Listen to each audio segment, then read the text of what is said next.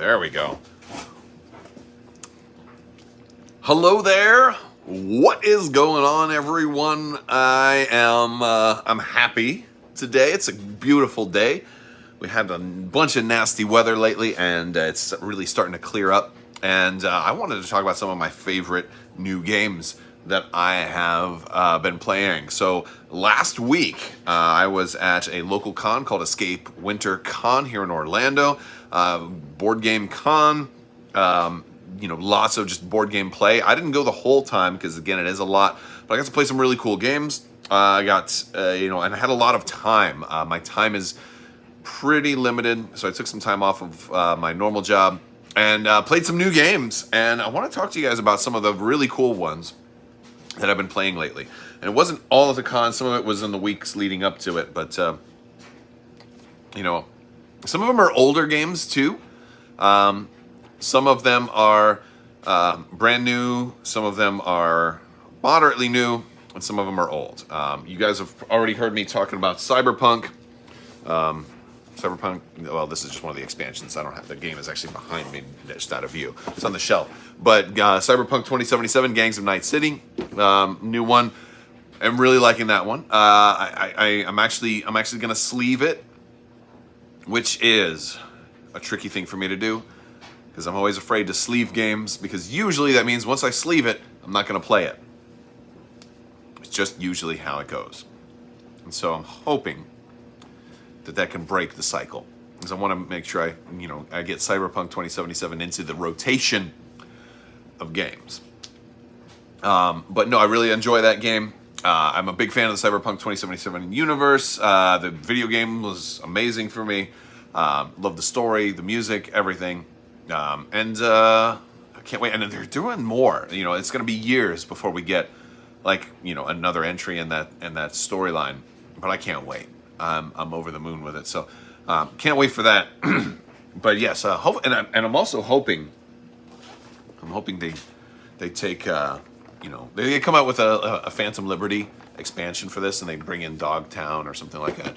And and I'm hoping Simon uses this as an opportunity to relaunch the Kickstarter, because it could have done a lot more. Now that I think the game's come out and it's received a little bit of success, I'm actually getting a lot of views on my how to play for it. So it's seeing some success. I'm hoping they come back and do another Kickstarter with Phantom Liberty, but also another chance to go back and get the core game.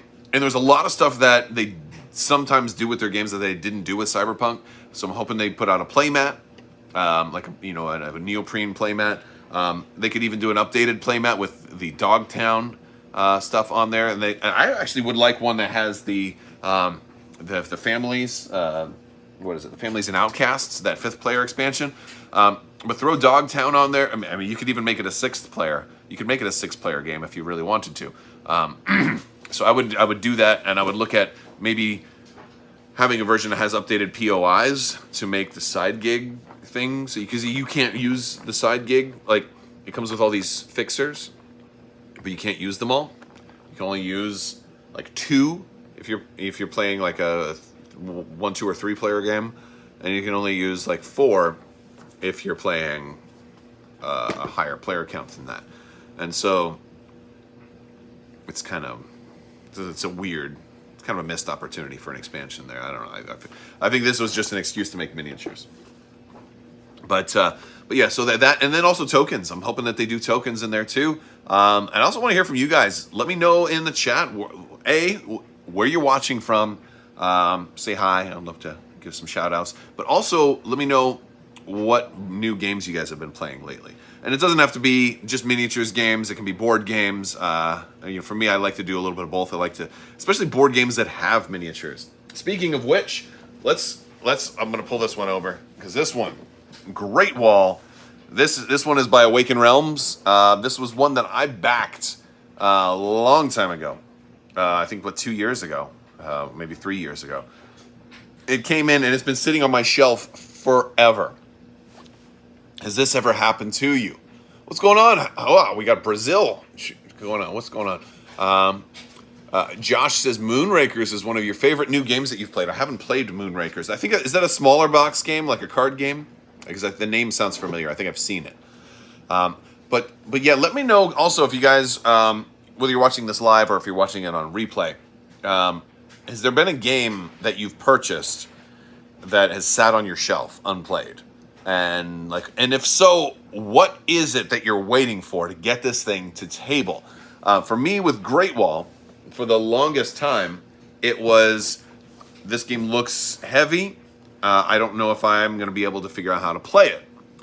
So at a convention, my friend Chuck had it. He taught it, and I was like, "Wow, this game is really good." And so that's awesome. So I love that. I love that I got to play Great Wall. And I love that I already had it. So it wasn't like, I like this game, now I have to go buy it. There are games that I love that I had to go buy. One is a much smaller game. It's called Scout. This game is adorable. It's absolutely adorable. I instantly loved this game. It's a simple game. It's a card game. It's got numbers 1 through 10, and every number has another number on the bottom side of the card. So 2 might have a 1 on the bottom side of the card. 9 might have a 2 on the bottom side of the card. They have every combination of cards in this deck, and you get dealt a bunch of them, and you can't. You shuffle, right? You can't change the order. You can, however, flip your cards upside down at the beginning of a round, but then you're locked in. You can't ever rearrange them. And so you're trying to look for like pairs or runs of cards, kind of like in Rummy, right? And trying to beat everybody else. And if they can't beat you, then they can take one of your cards and then they can put it into their hand anywhere to try to maybe complete that run. But everybody that can't beat you, you get a point for. And if you beat everybody all the way going around, so it's your turn again, then you go out and you win a whole lot of points. Really cool game. It plays over multiple rounds. So the first time you play, you may not know exactly what's going on, but you're playing 4 rounds. So the first round is kind of the warm-up round. You got 3 more rounds to try to get the flow going on. Really cute game. Plays pretty quickly too, and it's a good. I come to find out that when you're at a convention, it's also a really good idea to have games that are quick, that you can play like in between. Like, hey, we got so-and-so, he's on his way, or she's on her way, and then we'll get that Twilight Imperium game going. Well, you don't want to start a game of Twilight Imperium before you're ready, so you want to play something a little quicker that can play in like half an hour or less. And Scout is a very quick playing game that feels really satisfying. You get right into the strategy right away. And it's super tiny, so you can fit it on your shelf just about anywhere. There it's going. What's right next to it? Oh, here's a game. This is one that I had to go out and buy. Deception. Murder in Hong Kong. Dude. Now, I had played this before. I already knew that I liked this game. But I played it several more times. This game, I love this game. I'm hugging this game. This is a hidden role game, a social deduction game. And, it's so cool. Basically, you get dealt a bunch of cards at the beginning, say if you're the murderer or an investigator, and one person is going to be giving clues to everybody else. As one person is going to kind of run the game, they're going to know who the murderer is and what the murder weapons and the murder clues are. And everybody has cards that are laid out in front of them. You're going to have 4 weapons and then 4 clues. And everybody's going to close their eyes, and then basically the guy who's running the game is going to, or the person who's running the game is going to point to the murderer and be like, all right, what is your murder weapon and clue? And he's going to point to one of the 4 cards, or one of the 8 cards, or 2 of the 8 cards in front of him. Everybody else has to guess who the murderer is and basically what their 2 cards are. And the investigator has these boards that have a whole bunch of clues, but you can only pick one. As you're trying to give people, you can give them 5 clues. And but everybody has cards, so it might be like, oh, this person was died by stabbing. Oh, okay. Well, that person has a knife in front of them. Yeah, but that person has a sword in front of them, and that person has, a lawnmower blade. So we don't, stabbing alone doesn't tell us very much, And I might have multiple stabbing weapons in front of me, and and that still doesn't, So it's not enough to guess who the murderer is. That's not a guess. You have to guess what the murder weapon and the clue were. And And so it's so much fun. And it plays quick. You play lots of rounds, and you shuffle, and you just keep going. And one of the things I think is amazing about this game that very few other games have, as far as their core rules, is on this. And when you're playing this game, everybody, you can deliberate, but everybody gets 30 seconds to talk and to give their speech on why they think it's this, or what their observations are, and what their take on the clues are. What's wonderful about that is the problem with hidden role games and secret murderer games and stuff like that is that I'm a very loud person. I'm very turned up. My volume's turned up. I'm very charismatic. But a lot of people are quieter. A lot of people are, more timid, a little bit less vocal. And if you're a little less vocal, a game like this, is better. But other games in this category can sometimes feel a little overwhelming because the alpha player can sometimes dominate the game. Like, no, that's got to be this person. I already told you why, and stuff like that. So when everybody gets 30 seconds of uninterrupted speech where they get to give their take and why they think it is what it is, it balances that. It levels the playing field. There is no more alpha player dominating anymore. That alpha player has to shut the heck up until it's their turn. Very cool game. I love it. It's rewarding and it's fun to play regardless of which role you are, which I really, really like. So Deception and Scout were the two new games that I picked up recently is as a result. The other thing I've been working on, if you follow my Instagram, I just posted a Great Wall. I was painting the miniatures for that game, so I did like a dry brushing.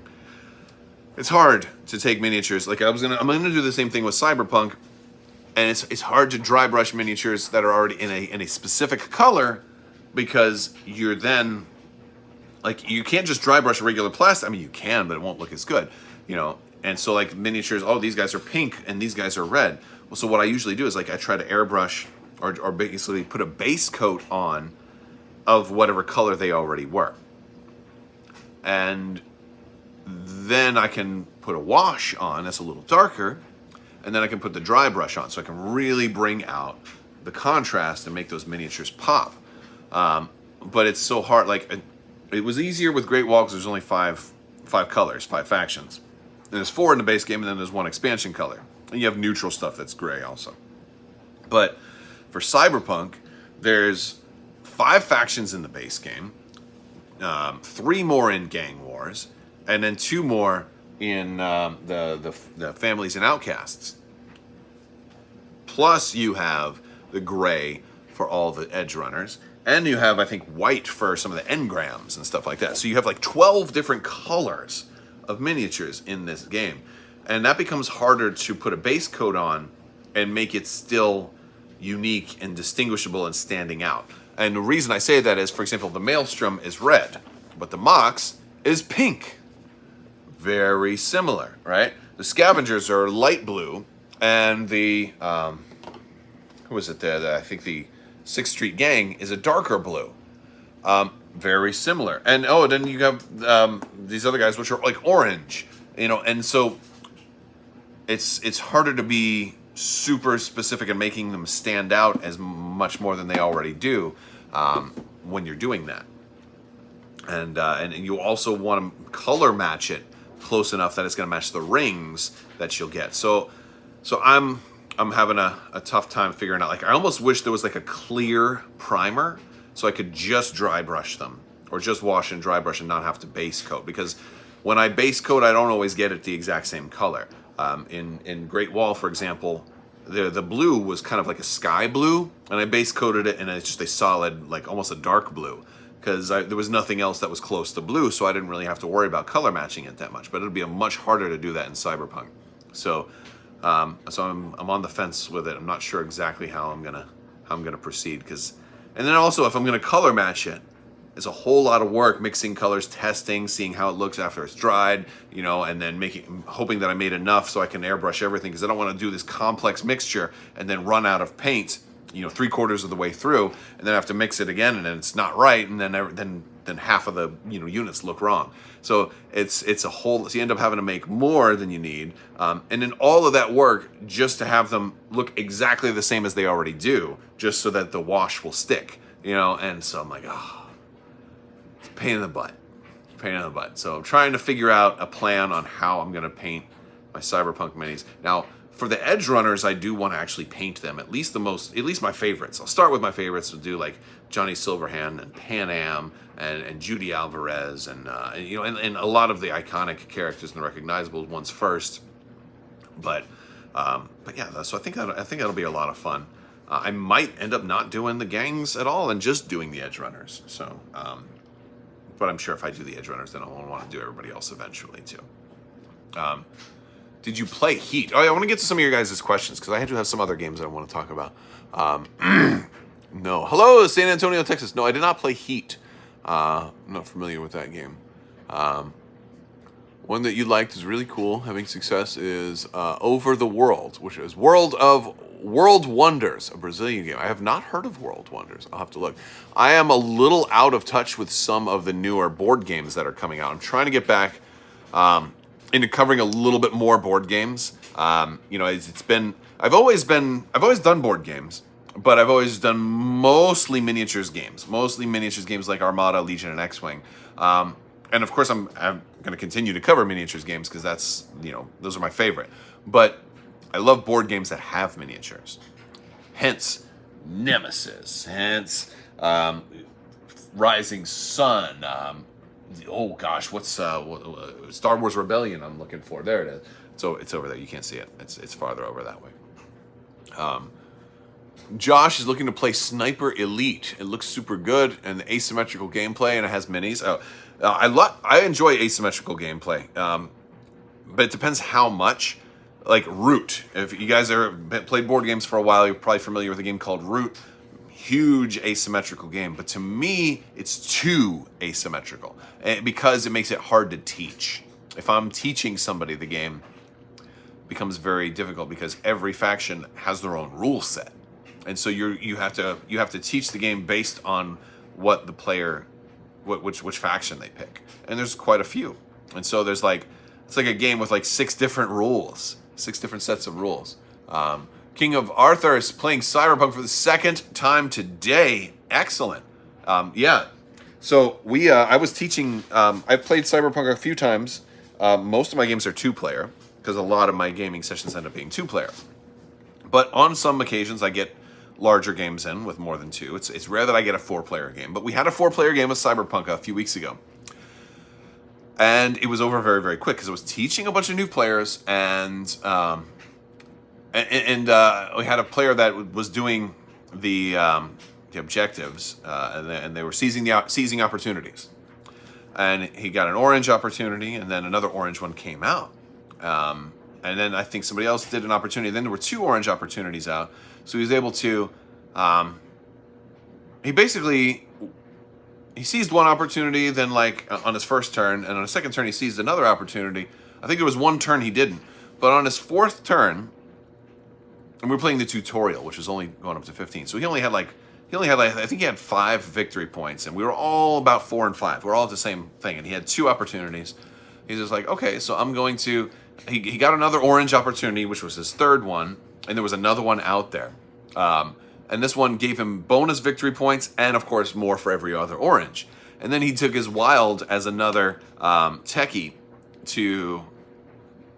Yeah, because he had reclaimed on the 3rd turn. So on his 4th turn, he did his wild as a 2nd techie and seized another opportunity. And so with those 2 opportunities, that 3rd and 4th orange, it added up because I think one or both of them had bonus victory points on top. It let him choose. Like a credit or a victory or a street cred, I should say, victory points. He ended up with 10 points in one action. And so he jumped from 5 to 15 and won the game. And we had a Maelstrom player that was trying to build up to having some come from behind victory points, but it wasn't even close. The rest of us were at 4 and 5, and then this guy just jumped straight up to 15 from 5 and one single turn. And I'm like, whoo, that's rough, that's powerful. And it's a lesson learned that you've got to have a little bit of take that. in this game. You got to try to block your opponents a little bit. And again, everybody else was learning. We had a Valentino's player that could have stolen some of the some of those cards away from the other player and things like that. So, but it was cool. It's a fun game. I want to play it some more. I want to explore some of the other stories. I was looking through some of the other expansions. I don't know if too many of them are going to be very good. And I am going to be doing a review on Cyberpunk 2077 Gangs of Night City, where I kind of go into it in more specific detail. But one of the big problems is a lot of people are like, well, it was Kickstarter exclusive. I don't want the retail version because it doesn't have as much. And I think the retail version has like 90% of what you need. I think the retail version and the Families and Outcasts are the other ones. I think Gang Wars is also a good third option. And I think the only thing Kickstarter exclusive that's really a big deal is Pan Am Palmer and maybe like Atom Smasher. There's a couple of Kickstarter exclusive edge runners that are cool and a good idea to have, but I don't think the Motor Pool expansion is going to be very useful. I think it's just cool. I don't think it's good. But I haven't played it yet. I just was reading over it and I'm like, I don't think it's that good. I think the races is kind of dumb. Kind of dumb. They may play better, Check out Lunar. It's a skirmish game set on the moon with an 80s style astronauts. Feels like a free for all mankind. Okay. Oh, for all mankind. Oh, I'll definitely check it out. Heat Pedal to the Metal is a racing game. Very successful. One of the best racing games from the creators of Flamme Rouge. Oh, okay. Oh, I'll take that under consideration. I played another game recently called Voidfall. Have you guys ever played Voidfall? I think it's relatively newer. Voidfall, and there's another space game. I think it was called Ceres. Ceres is a new one that a lot of my friends have picked up. Recently arrived, I think, from Kickstarter.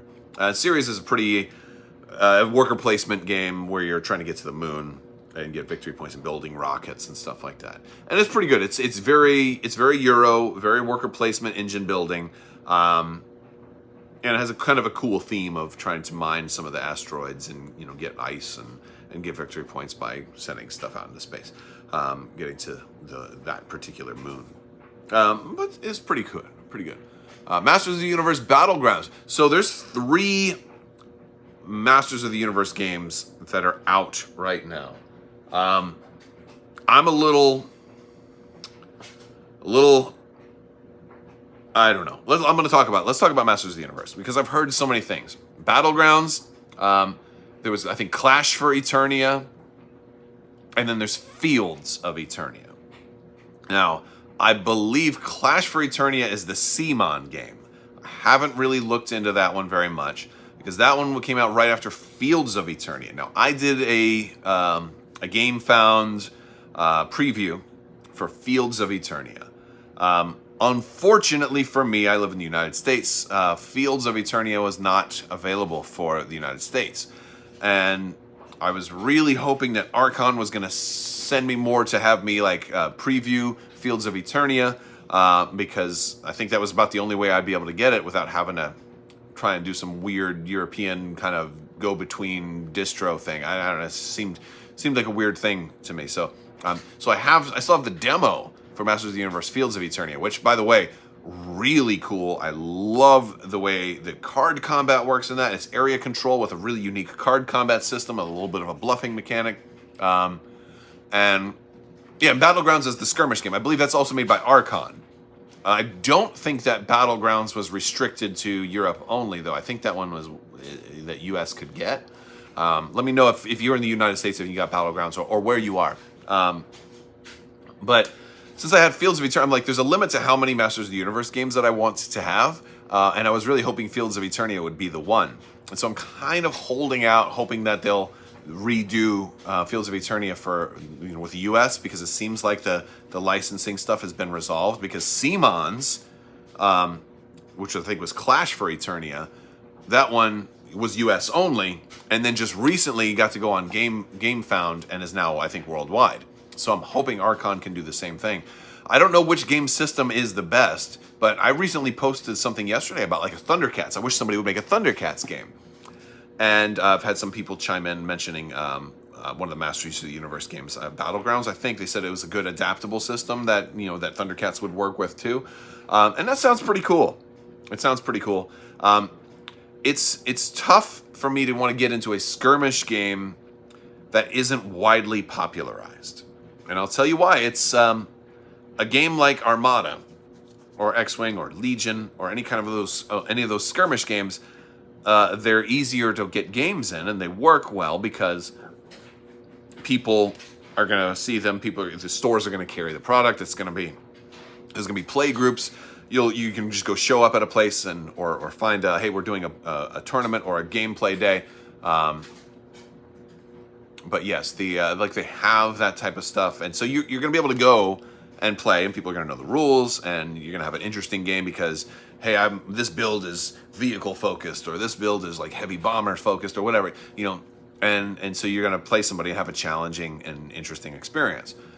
But now imagine every time you were to go and play, I'll use Armada as an example. Imagine every time you went to go play Armada, you had to teach the other person how to play, and it was their first ever game.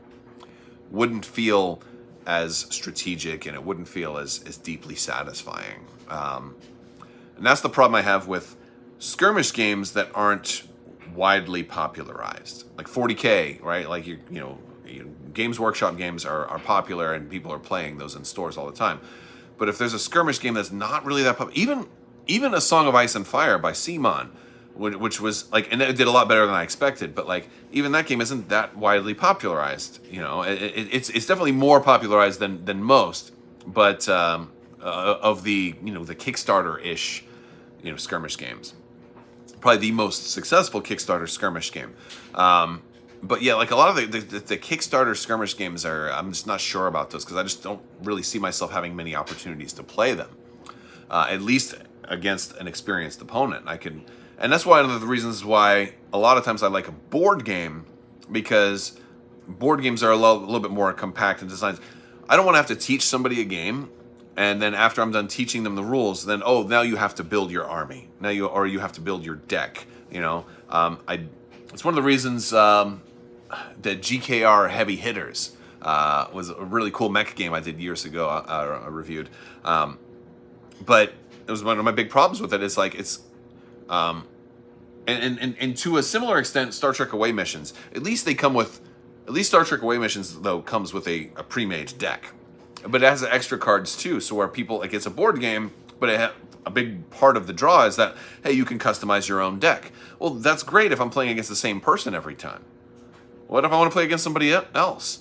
When I want to teach the game to somebody new, then they're going to come in and they're like, oh, well, this deck has already been customized for my last opponent, and it might not suit your playstyle. Maybe it's too advanced, or maybe they did a terrible job, and now that faction is, So, I don't like deck customization for a board game. I like deck customization for games like Magic the Gathering. That's what that game is about. It makes it harder if you're just going to, have your box of games and show up to board game night and be like, all right, guys, what do we want to play? Oh, we want to play this? Okay, I'll teach.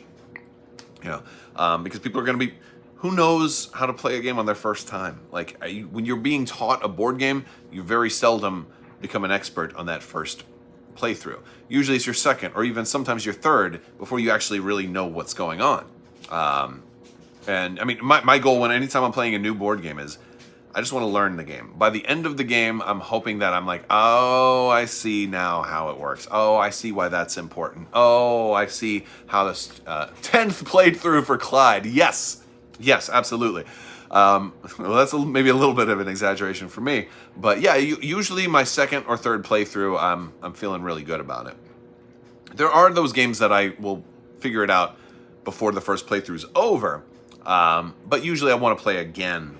And that's one of the things I liked about Scout so much, because it's 4 rounds. It's like you're playing 4 games in one. And so the first hand, or the first round, you can be just figuring it out. Although it's pretty simple. And then by the second, third, and fourth round, then you're good to go. Then you're golden. So your whole first game can feel really satisfying. I love this. Is such a cool game. Such a cool game. Gosh, who's this even by? I don't even know. Scout. It's by. It has the name, but it's written in cursive. Oink Games? It's not Oink Games. By Kai Kajino. K Kajino? And it is Oink Games. Okay. Well, it's a cool game. Definitely check out Scout. And definitely check out Deception. Another good thing about Deception, it fits that werewolf style secret killer kind of game. And it only needs 6. I think you can actually, no, I'm sorry. I think it only needs 4. Let me see. 4 to 12 players. And there's expansions that can go up to 16. You can play those with 4 players. I don't think it'd be particularly good with 4. I think you need at least 5. I think you need at least 5. But you can play it with 4. It's better with 5. Deception, though, man, I freaking love this game. I did play a very, very cool game along those lines. How many of you guys have ever played Werewolf or Mafia or Town of Salem or stuff like that? I have a couple of those types of games. I don't know why I bought Town of Salem. It's all the cards. I'm never gonna have a party with enough people to be able to run Town of Salem or whatever, because you need like 20 people or something like that. But I played Blood on the Clock Tower at Escape Winter Convention. My first time actually, and I love hidden role games. I love social deduction games, but I got to play Blood on the Clock Tower. It was my first time actually being able to play one in person. I've played them on the computer. I've played Town of Salem a lot on the computer years ago, and Mafia on the StarCraft 2 engine and stuff like that. But I got to play Blood on the Clock Tower. Loved it. I sat down. I was so excited. I had some friends that were there playing too, and the guy was teaching. Is like, how many of you have never played before? And I'm like, me, it's my first time. Yeah. And so he explains the rules. The cool thing about Blood on the Clock Tower is everybody has a role, and there's no player elimination. So even if you are killed, you can still talk, you can still strategize, and you still have 1 vote. Now, if you're alive, you can vote every day. But if you're killed, you have 1 vote, so you can hold off and wait for it to really count. It's very cool. Blood on the Clock Tower, awesome game. And I mean, there are some townspeople kind of roles that have slightly weaker powers, but there are also some really strong roles too. I happened to pull, they come around with a bag, and you kind of pull a chit out, and it'll tell you what your role is. And I had the imp, and I looked down at my sheet, and I'm like, oh, that's the killer. Oh, wow, I'm the werewolf. There's only 1 actual killer. And it was me, and I'm like, wow, great! My very first time playing, I'm the killer. I'm the bad guy. There were 3 minions that were gonna be on my team, but they didn't know who each other was, and they didn't know who I was. And so at night, I open my eyes, and basically he points out to who the minions are to me. Now I'm already stressed, and I'm like, all right, I got to remember who they are so I can talk to them during the next day, because we get up and we mingle and we all talk in private groups and stuff like that. But he also showed me roles that weren't in the game, and it turned out for us, some of the most powerful towns roles weren't in the game, and those are the roles I could tell the other minions to claim. So I'm like, all right, you claim the monk, you claim the slayer and stuff like that, and there was a soldier too who was immune to being killed. So basically got to go tell my people to claim those. But somebody who was like an investigator found out who one of my people was on the first day. And I heard them talking about it. And I'm like, really? So it's like, to gain the town's trust, I led the charge against one of my own minions the first or the second day. And so I kind of gained the townspeople's trust because it looked like I was the one who called him out, who found the bad guy on the first day. And so it was really cool. And so from that point on, I just kept killing townspeople every night. And then we ended up winning. We had 3 of us alive left at the end of the game, and no townspeople alive. And it was like almost a flawless victory. I had to throw one of my own guys under the bus to gain trust, but that was awesome. And I felt so bad for this guy because he was really experienced in the game too. He was answering my questions before we started, like, all right, here's how this works, here's how that works, and blah, blah, blah. And after we were all done, I'm like, man, it was so hard. He's like, no, you played it perfectly. That's exactly what I would have done in your shoes. Yeah, we had to do that. And I'm like, oh my God, okay. It's cool though. And so I like those type of games. They're really fun. They always do them late in the evening at a convention after like all the heavy gaming is done. Then you can kind of sit down and just have a social game and chat with people. But man, those are really, really fun. I love stuff like that. But when you can't get a big group of people around to do that, where is it? This is a fun thing. I didn't get to play this. It was too loud. But if you're playing at home and you have a group of people, the One Night Ultimate games. If you've got at least 4 people, you can do One Night Ultimate Werewolf, One Night Ultimate Alien. They have Vampire and Superhero also. These are really fun games. And you can play with less people because they have an app for your phone that runs, that basically runs the game and says, all right, everybody, close your eyes, and everybody wake up. And each different variant has a few extra things. Like One Night Ultimate Alien has you can be a cow, and you have to and if there's an alien next to you, you have to put your thumb up. And if there's an alien next to you, they tap your thing. So the cow knows that somebody, next to me is an alien. So it won't know who it is. That's a fun one. And you can mix them. So if you have like a One Night Ultimate Werewolf and One Night Ultimate Vampire, you can combine them and you can have a werewolf and a vampire. Although it gets a little more complicated the more stuff you mix into the same game. But I love those type of games. Those work better in like a private room or a quiet room where you can hear the speakers on the phone. But those are super cool.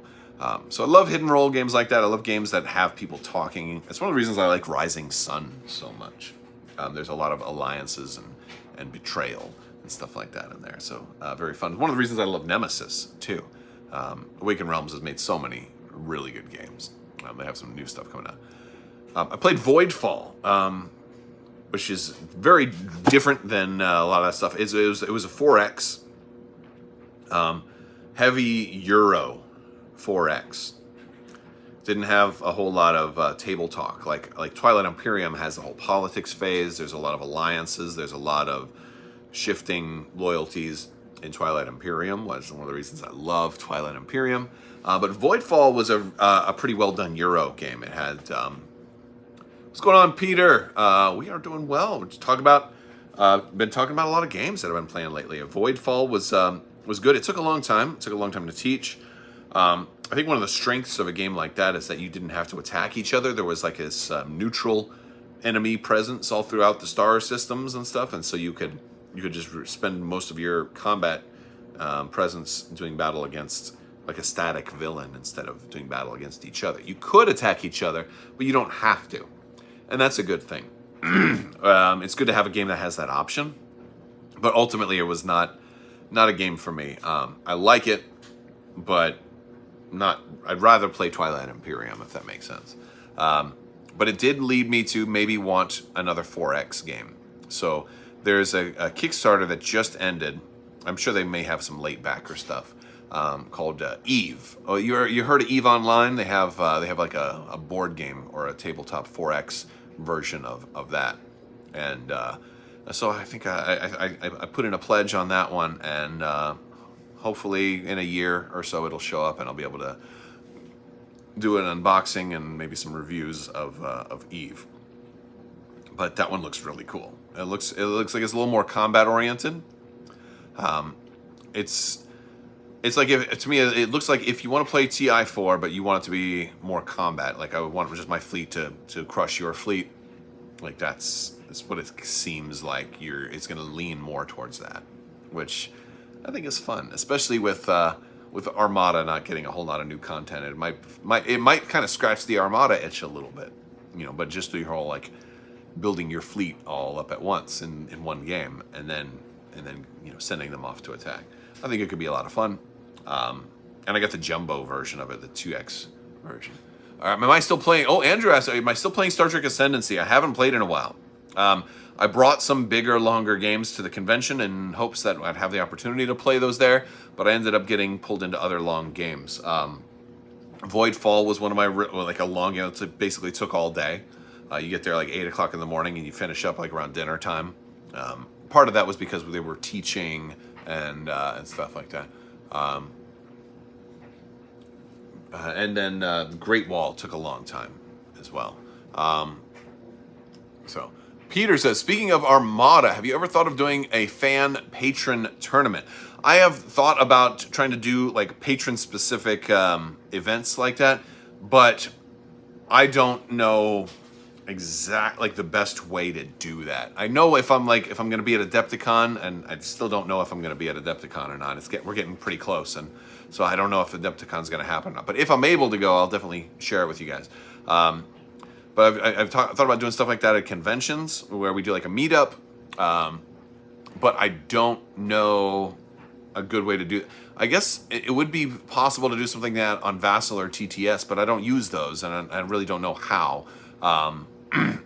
And so I'm kind of against like TTS morally. Even though I recognize that it's incredibly useful to a lot of people. I just look at like, well, if I'm going to be on the computer, I'd rather play a space game. I'd rather play like Star Trek Online, if I'm going to be sitting at the computer, because Star Trek Online's space combat still holds up. I actually just started playing Star Trek Online again. Really cool. I have a lot of fun with that. And I'll just play it a little bit here and there, but I still feel kind of lost because I come back to the game every once in a while. I'm like, what ships are good? What should I be trying to get? Where should I be spending these credits? Which ship should I be leveling up? What technologies should I be using? Am I missing something? I can almost need like an experienced guild to like, to be like, all right, here's what you need to do. I need to walk through on Star Trek Online to get me caught up. But no, it's a fun game. And it's visually it's beautiful, and then you can just queue up for the, for the little battle forces and go fight the Borg and do kind of cool stuff like that. So it's harder to do online stuff like that, but I'm definitely open to ideas, especially if there's going to be a con that a lot of folks are going to be at, and things like that. I wish there were better YouTube integration with Patreon.